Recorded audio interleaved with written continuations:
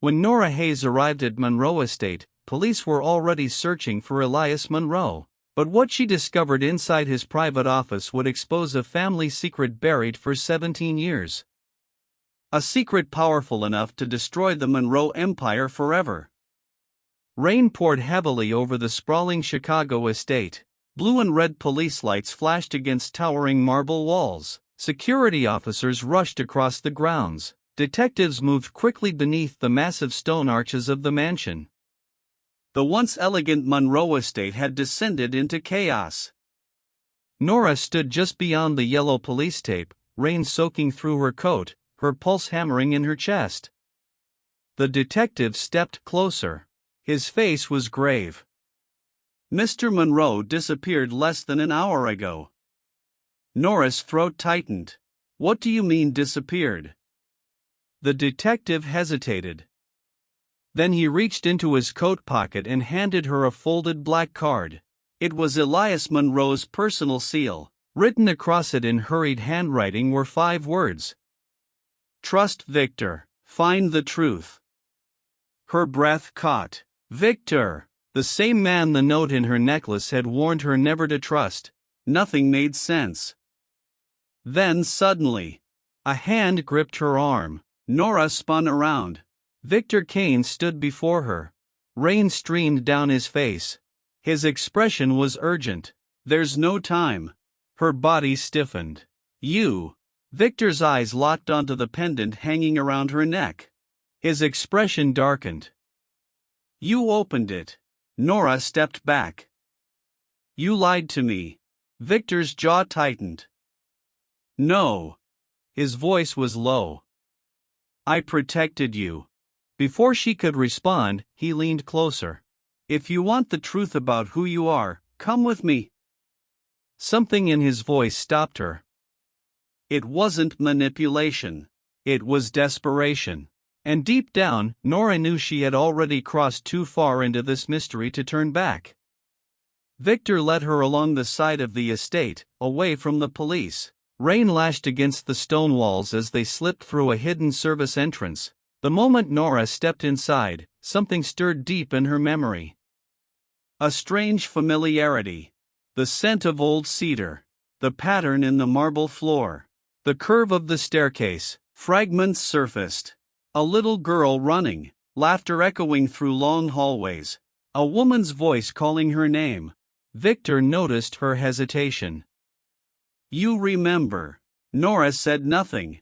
They moved quickly through darkened corridors until they reached Elias Monroe's private study. The room was massive. Floor-to-ceiling bookshelves lined every wall. A fireplace glowed faintly. The scent of old leather filled the air. Nora's eyes moved slowly across the room. Then something pulled at her memory. Without thinking, she crossed to the far bookshelf. Her fingers traced the carved edge of a wooden panel. And instinctively, she pressed. A sharp mechanical click echoed through the study. The bookshelf slowly swung open. Behind it was a hidden passage. Victor stared at her in stunned silence. "How did you know?" Nora's voice barely rose above a whisper. "I don't know." The narrow corridor led downward into darkness. At the end was a steel door. Victor forced it open. Inside was a hidden archive room.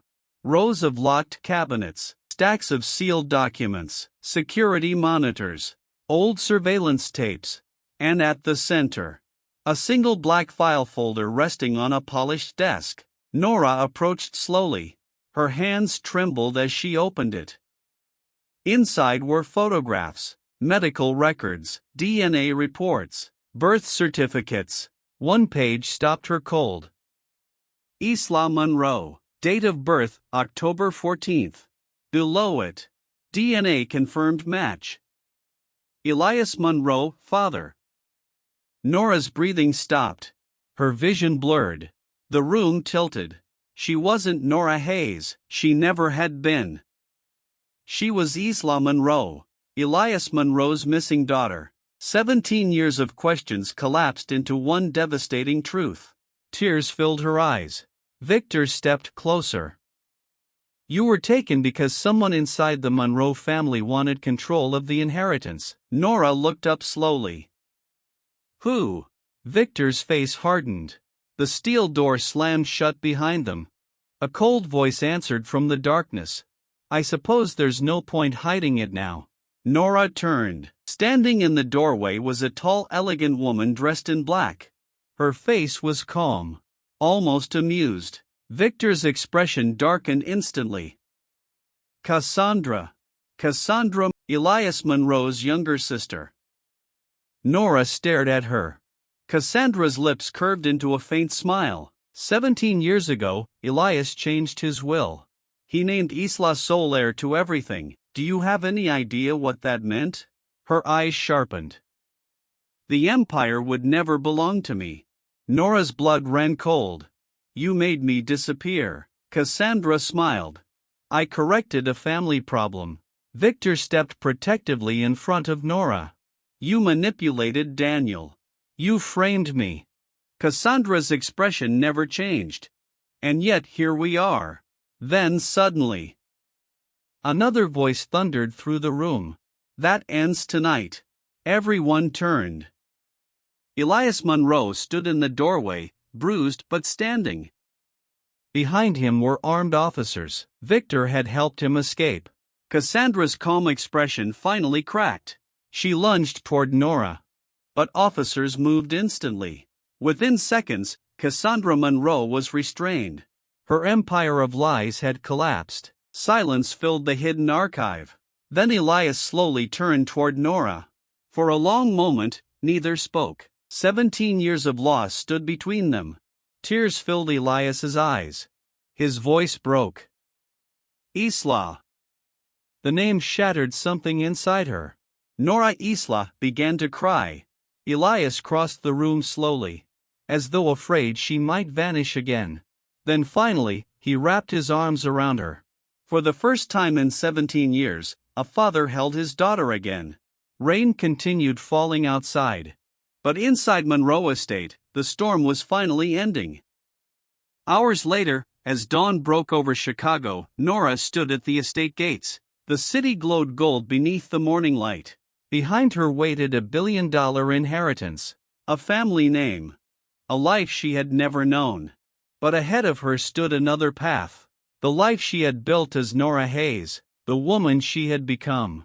Elias stood quietly beside her. He did not pressure her. He only said, "The choice is yours." Nora looked out at the rising sun. The truth had finally set her free. But freedom came with a choice no amount of money could ever make for her. Would she remain Nora Hayes? Or become Isla Monroe once again? If you enjoyed this story, subscribe to Velvet Veil and turn on notifications so you never miss what comes next. And tell us below. If you were Nora, would you stay Nora Hayes, or reclaim your place as Isla Monroe? Because sometimes, the greatest fortune isn't money. It's choosing who you truly are.